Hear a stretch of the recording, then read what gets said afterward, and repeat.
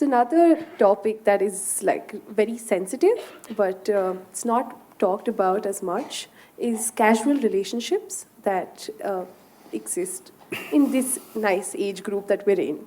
So yeah, I'm just going to say good things about us. So people engage in physical relationships today, and what they lack is a lot of emotions. And we want to know if it's opinion, I mean your opinion on it, and whether people do it by choice. Is it healthy? Is it, what to make of it? Mm-hmm. Can I tell you a joke? Yes, please.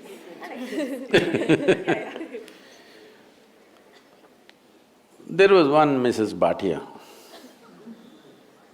No Bhatias? I could change the name. There was one Mrs. Bhatia who was having her 50th wedding anniversary. They had a wedding anniversary, and the next day she filed for divorce. The judge saw the divorce petition. He was also a good family friend. So he called her and he said, "Why you want to divorce your husband? He's such a sweet little thing. Why do you want to divorce him? On what grounds you want to divorce him?" She said, "He's not been faithful to me. He's been cheating me." How do you come to this conclusion? Just yesterday you had your 50th wedding anniversary, you were fine yesterday, how do you conclude this? I got little nostalgic and started flipping through the photo album. Then I saw none of my 5 children resemble him.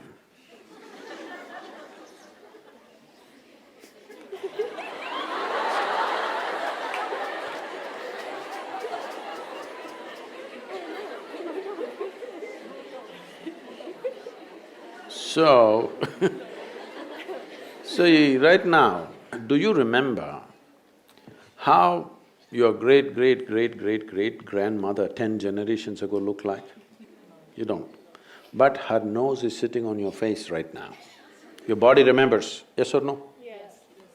Your body remembers even the skin tone of your forefathers 1,000,000 years ago, it still remembers, not forgotten.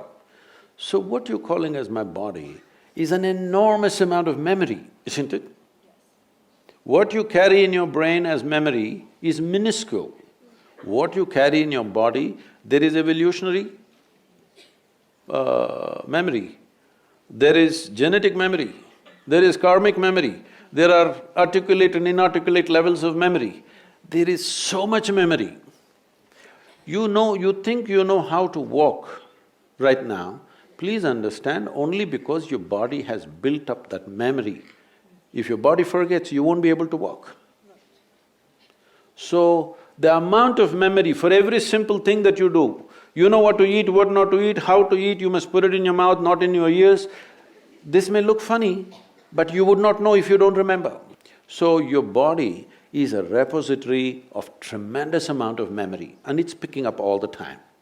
If you walk from here to here, there may be 50 different kinds of mild smells. You may not consciously notice, but the body is picking it up and it recognizes. All the time it's recognizing, that's how you know what is good smell, what is bad smell, this is this smell, that is…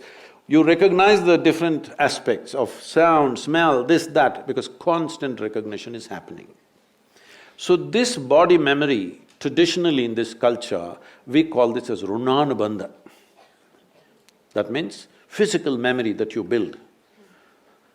You can either consciously build your physical memory or you can simply take in wild amounts of memory and go through lots of physical confusion. So wherever there is impact, I don't know if you still have these things, maybe in your generation is gone, but still there will be people in Bangalore city, if you ask them to… if you try to give them salt, they won't take it, they'll say, keep it there. If you try to give them sesame seeds, they will say, please keep it there. Because they have recognized many substances which can easily carry your memory and it will become mine if I take it. So I don't want to take in memory. This is the reason why generally in this culture, touching each other, shaking hands, these things are avoided. We touch our own two hands and do namaskaram because we don't want to go on picking up memory. Because if I as much as touch this memory, it remembers. You try this with 4 of your friends, you touch their hands. Don't try to consciously remember, every day touch their hands, forget about it. Tomorrow, if that person comes and touches you, you know it's this hand, isn't it? So the body remembers, it's not the mind. The physical body remembers, this is called as runanubandha. When there is a sexual interaction or there is any kind of intimacy which involves thought, emotion and body, the amount of memory that is left in your system is very big. It is from this context they said you must keep this as simple as possible. There are other aspects where in certain tantric process and all they're involving, they are preparing themselves for years to distance themselves from the body in such a way that the body doesn't pick up anything from anywhere. This is being done like a sadhana, not as sexual promiscuity. So, the question is not of morality, the question is of what is it that you want to do with yourself in your life. If you want to be in such a way that in your life, your inner intelligence will be the most dominant thing in your life, not your physical body, then you must keep the body's memory as simple as possible. This is why simple types of food, people go into very simple kind of food, not complicated. Even now, I eat 1 meal a day and I eat only 1 item in the meal.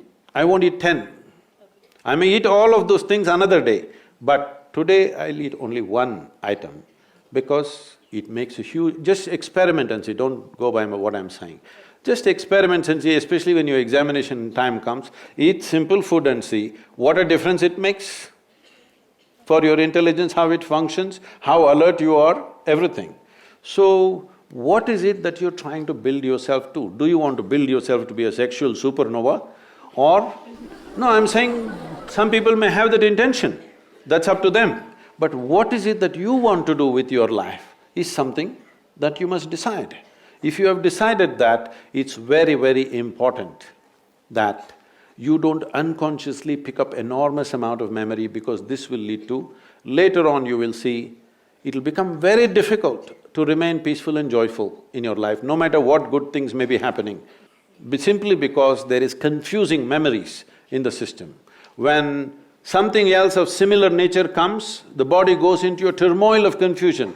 It may not translate into your mind, just physically it will go on. So, it's a choice that one has to make. It's not a question of morality, it is a question of living sensibly.